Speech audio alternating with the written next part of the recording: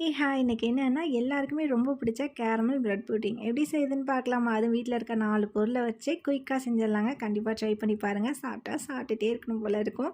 வாங்க எப்படி செய்யுதுன்னு பார்க்கலாம். அதுக்கு தேவையான பொருட்கள்: சர்க்கரை 1 கப்பு, 1/2 லிட்டர் பால், custard powder, 4 piece bread. Vanilla essence வந்து ஆப்ஷனல் தான். அதுக்கப்புறம் ஒரு மிக்ஸி ஜாரில் வந்து 4 ப்ரெட் பீஸையும் சேர்த்துட்டு அரைச்சி எடுத்துகிட்டு வந்துடலாம். நான் வந்து இன்றைக்கி முட்டை எதுவும் சேர்க்க போகிறதில்ல. அதுக்கப்புறம் ஒரு பாத்திரத்தில் ஒரு 4 ஸ்பூன் சர்க்கரை ஆட் பண்ணிவிட்டு கொஞ்சமாக தண்ணி சேர்த்துட்டு மீடியம் ஃப்ளேமில் வச்சு குக் பண்ணிங்கன்னா இது வந்து கேரமலாக ரெடி ஆகிடும். ரொம்ப நேரம் குக் பண்ணிடாதீங்க, கசப்பு வந்துடும். ஸோ பார்த்துக்கோங்க அதை.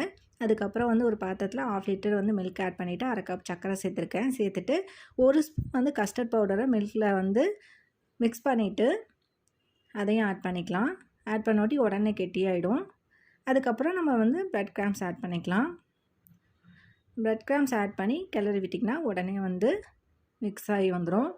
அவ்வளோதான், நம்மளோட மிக்ஸ் ரெடி ஆகிடுச்சு. அதுக்கப்புறம் நம்ம எதில் கேரமல் போட்டு வச்சுருக்கோமோ அதை சேர்த்துக்கலாம். சேர்த்துட்டு நான் வந்து இன்றைக்கி வந்து ஒரு அலுமினியம் கவர் சேர்த்து பேக் பண்ணியிருக்கேன். பேக் பண்ணி ஒரு பாத்திரத்தில் தண்ணி சேர்த்துட்டு ஒரு ஸ்டாண்ட் வச்சுட்டு அதுக்கு மேலே இதை வச்சு ஒரு தட்டை போட்டு மூடி வச்சுருங்க. ஒரு 15லேருந்து 20 நிமிஷம் குக் ஆனால் போதும். நம்மளோட சூப்பரான கேரமல் பிரெட் புட்டிங் ரெடி ஆகிடுச்சு. இது ஒரு 1/2 அன் ஹவர் வந்து இதில் வச்சு எடுத்துக்கோங்க. அவ்வளோதான், ரொம்பவே டேஸ்ட் நல்லாயிருக்கும். கண்டிப்பாக ட்ரை பண்ணி பாருங்கள்.